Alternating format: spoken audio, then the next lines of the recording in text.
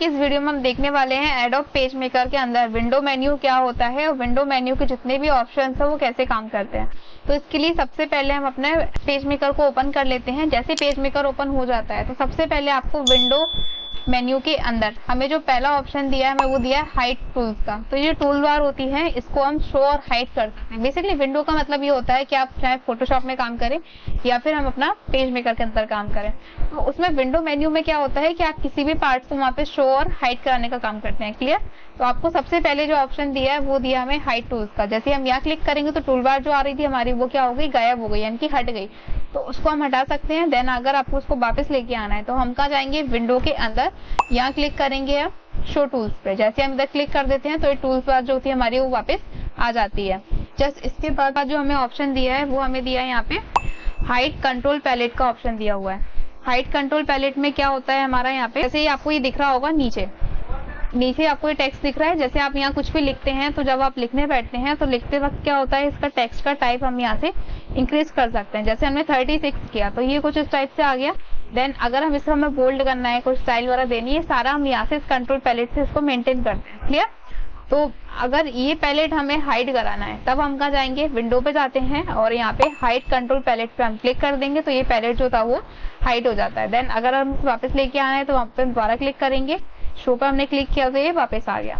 Just इसी के बाद ये जो हमने टेक्स्ट लिखा है, अगर इसे हमें यहाँ पे कलर देना है तो कलर करने के लिए हम क्या करते हैं, यहाँ पे कलर पे क्लिक करते हैं, टेक्स्ट पे क्लिक करने के बाद। क्लियर? और उसी कलर का हमारा टेक्स्ट हो जाता है। इतना ही हम करते हैं तो ये कलर बॉक्स क्या होता है, कभी कभी हाइड हो जाता है, मतलब हट जाता है। तो इसको हमें वापस लेके आना है तो उस कंडीशन में भी हम क्या करते हैं, विंडो पे जाएंगे और यहाँ में दिया हुआ है शो कलर का ऑप्शन। जैसे हम शो कलर पे क्लिक करते हैं तो शो कलर हमारे पास यहाँ पे कुछ इस टाइप से प्रेजेंट हो जाएगा। जस्ट इसके बाद आपको जो अगला ऑप्शन दिया है विंडो के अंदर, शो स्टाइल का ऑप्शन दिया हुआ है। शो स्टाइल क्या होती है इसे भी हम देख लेते हैं। एक बार हम यहाँ क्लिक करेंगे तो देखिए कलर के बगल में आपको ये टैब और दिख रहा था ये वाला स्टाइल का, तो यहाँ स्टाइल हमारे पास आ गई। जैसे ये जो हमने वर्ड लिखा है इसको हमें क्या बनाना है, हेडिंग बनाना है ना, या सब हेडिंग बनाना है, सब पॉइंट्स बनाने हैं, ये कुछ इस टाइप से आपको दिया हुआ है। यही ऑप्शन आपको कहाँ दिया है, टाइप के अंदर यहाँ पे स्टाइल में भी दिया हुआ है। ठीक है, ये सेम स्टाइल ही वही वाला स्टाइल है। तो इस पैनल को हम यहाँ पे दिखा भी सकते हैं और हाइड भी करा सकते हैं। जस्ट इसके बाद आपको जो अगला सेक्शन दिख रहा है वो आपको दिया है शो लेयर का ऑप्शन। अब लेयर इसका काफी यूजफुल ऑप्शन है हमारा। इसमें हालांकि कम यूज होता है, सबसे ज्यादा इसका इस्तेमाल करते हैं लेयर का हम फोटोशॉप के अंदर। क्लियर? जैसे देखिए हम इसमें लेयर बनाते हैं, यहाँ पे क्लिक करेंगे, इसको बोलते हैं हम क्रिएट लेयर। यहाँ हमने क्लिक किया, लेयर का आप नाम भी डाल सकते हैं। अब जैसे हम ओके करेंगे तो ये लेयर आ गया। अब इस लेयर के अंदर हम कुछ बनाते हैं, जैसे हमने यहाँ पॉलीगॉन टूल बनाया, मतलब एक शेप हमने यहाँ बनाया और इसके अंदर हम यहाँ से ये वाला कलर कर देते हैं। ठीक है, ये कलर हमने कर दिया। देन अगेन हम एक और लेयर बनाते हैं, ओके किया हमने और इसके अंदर हम कुछ और टूल बना लेते हैं, जैसे सर्कल बना लिया हमने ये वाला। ठीक है, एक और लेयर लेते हैं हम इसी के अंदर, लेयर नंबर 4, और लेयर नंबर 4 के अंदर हम बनाते हैं रेक्टेंगल। क्लियर? रेक्टेंगल बनाया और इसको भी हम कोई कलर दे देते हैं, ब्लू कलर दे दिया हमने इसे। तो हमने लिखा, लिखने के बाद इसका साइज हम यहाँ से इंक्रीज कर देते हैं 30। देन इसका हम कलर भी चेंज कर देते हैं।